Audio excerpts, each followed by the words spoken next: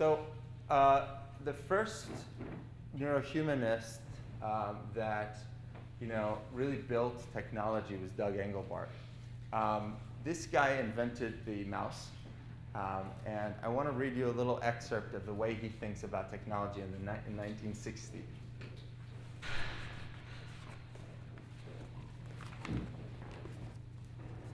These people are so ahead of their time, it's amazing. Here we go.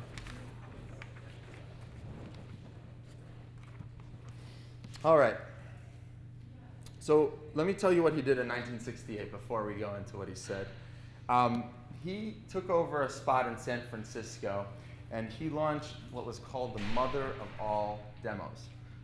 It was the most famous demo of the whole 60s in the Valley. And here's what he launched and showed to the world for the first time in this demo. A couple of things you might know of. Windows GUI system, okay? The thing that basically went through Steve Jobs, through Windows operating system, and eventually into all these Macs. This is originated in 1968, and this space here was revealed to the world. Something called the hypertext, okay?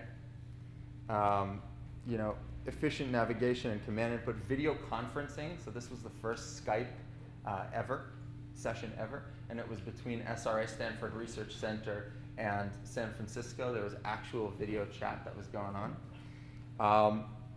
The computer mouse, word processing, dynamic file linking, revision control, collaborative real-time editor. I mean, this is Google Docs, basically, in 1968. So this is Doug Engelbart. This is his legacy. And I want to, and then, of course, the Xerox Alta was an evolution of his NLS terminal that was presented in the demo, and Macintosh was an evolution of that. So it's very clear to understand that this man is really at the core of a lot of the things that we use today. Here is what he says about what computers should do with the mind. He says, by augmenting human intellect, which is the mission of this paper he wrote, we mean increasing the capability of man to approach complex problem situation, to gain comprehension, to suit his particular needs, and to derive solutions to problems. These means can include many things, all of which appear to be but computational extensions of the means developed and used in the past to help man apply their native sensory, mental, and motor capabilities. And we consider the whole system of a human and his augmentation means as a proper field of search for practical possibilities. It's a very important system to our society. Okay, so that's what he was talking about. I believe this paper was published in '62.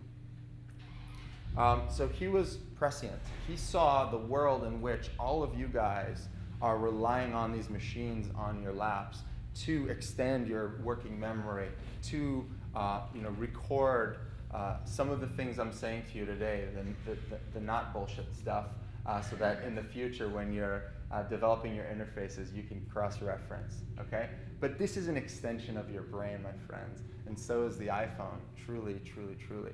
And there's a lot of research on how the iPhone is essentially, when you take it away from, I think this was a Stanford paper that I read a few years ago, when you take away your iPhone from someone who sleeps next to it, I think their N was, 100 students or so, then many of them, a very, very high amount of them, I think almost 10 years ago, it was iPhone 1 at this point, developed withdrawal symptoms of someone who's withdrawing from cocaine. This was heart palpitations, sweaty palms, okay? And this was all the way back then. Imagine how you guys would be if I would take away your phone, okay? So these computers, these phones, they help us solve problems the way our own minds natively cannot solve. And they extended us so many years ago already, each one of us in this room. And a lot of it is this neurohumanistic technology, the inventor of the mouse talking about how these technologies are going to permeate into our lives. And that's really step number one. So let's keep moving.